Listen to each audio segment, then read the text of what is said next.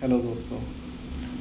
तो आज हम बात करेंगे PP and PP uses and maintenance, मतलब कि आप पीपी को पहनने के बारे में और पीपी को रख रखाव के बारे में, लाइक कि हमें उसे कैसे रखना उसके बारे में बात करेंगे।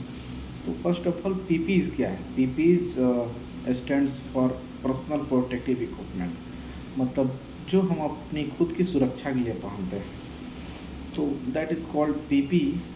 ठीक है। अभी जो भी एम्प्लॉयज़ है वो आइडेंटिफाई कैसे करेंगे कि मतलब किस कैटेगरी में कौन सा पीपीज आता है। तो उसमें आप देखो, जैसे फेस प्रोटेक्शन में हमारा क्या आ जाएगा, गूगल्स आ जाएगा, फेस शील्ड आ जाएगा। ओके। उसके बाद आता है आपका फुट प्रोटेक्शन में हमारा सेफ्टी शूज़, गम बूट।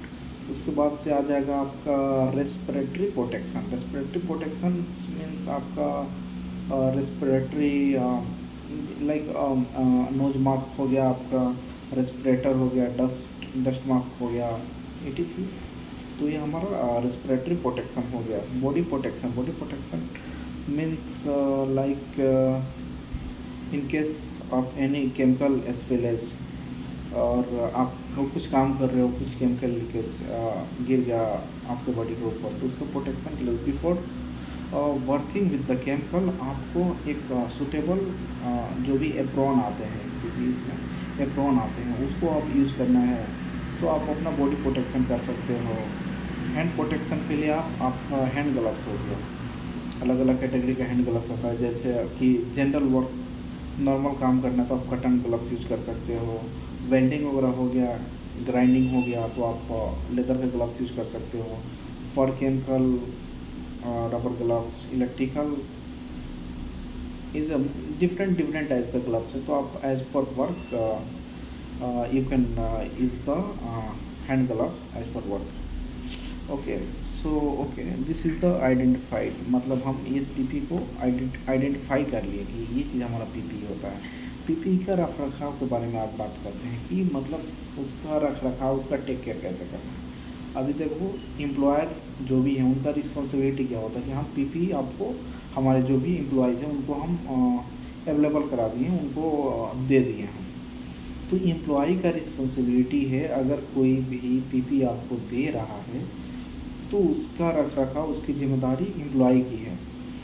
ऐसा नहीं ना कि अगर हम एम्प्लॉयर हो गया, आपको पीपीज दे दिया, तो आप उसको क्या कर रहे, यूज कर दिए, फिर मतलब उसका परवाह नहीं कर रहे हो, उसको कहीं रख दे रहे हो, at the time of work वो चीज़ आपको नहीं मिल रहा है, या आप थोड़े लापरवाही कर रहे हो, तो वो चीज़ नहीं होना चाहिए। एम्प्लॉयर का रिस्पॉन्सिबिलिटी है कि आपको पीपी दे दिया, ओके, बट एम्प्लॉय का रिस्पॉन्सिबिलिटी है कि आपको उसको अच्छी तरह से रखना है। इन केस ऑफ फ्यूचर वो आपको ही काम आएगा।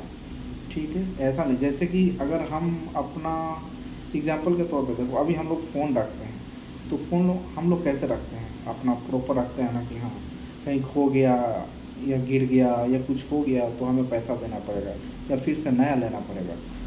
तो वैसे ही हमारा जो भी हमें इक्विपमेंट वगैरह मिलता है, वैसे हमारी रिस्पॉन्सिबिलिटी, अगर हमें एम्प्लॉयर प्रदान कर रहे हैं, प्रोवाइड कर रहे हैं, तो हमारी जिम्मेदारी है कि हमको उसको सुरक्षित रखना है। जब वो सुरक्षित रहेगा तो उसकी वजह से हम सुरक्षित रहेंगे। तो ये चीज़ आपका मेंटेन होना चाहिए। ठीक है। बिफोर पीपी यूजेस आपको ये देखना है कि पीपी में कोई डैमेज तो नहीं है। अगर डैमेज है तो आप उसको तुरंत चेंज कीजिए, आप रिस्क के साथ काम मत कीजिए कभी भी। ठीक है।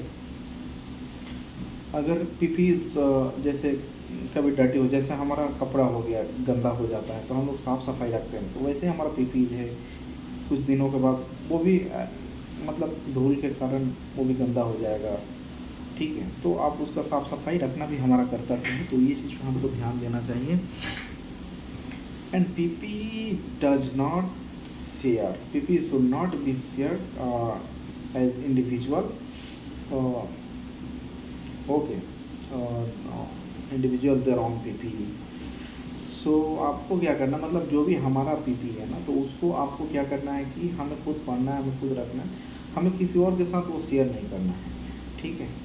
शेयर करने से क्या होगा कि अभी हम किसी और को दे रहे हैं, और उनके हो सकता है उनकी जो भी बैक्टीरिया वगैरह है, कुछ में भी वायरस बोल सकते हैं कि उनको अगर कुछ है तो हमारे संपर्क में भी ऐसा आ सकते हैं या हो सकता है वो चीज़। तो ये चीज़ हमें शेयर नहीं करना चाहिए। जिसका जो भी पर्सनल है आप उसको यूज़ करो। सो आज के लिए इतना ही है। तो आप लोग पीपी के बारे में एक बार ध्यान दीजिए, और ये हर किसी के लिए मैंडेटरी है। आप साइट पे काम कर रहे हो तो कृपया आप फॉलो करें। और ठीक है, आज के लिए इतना ही। Thank you guys, bye.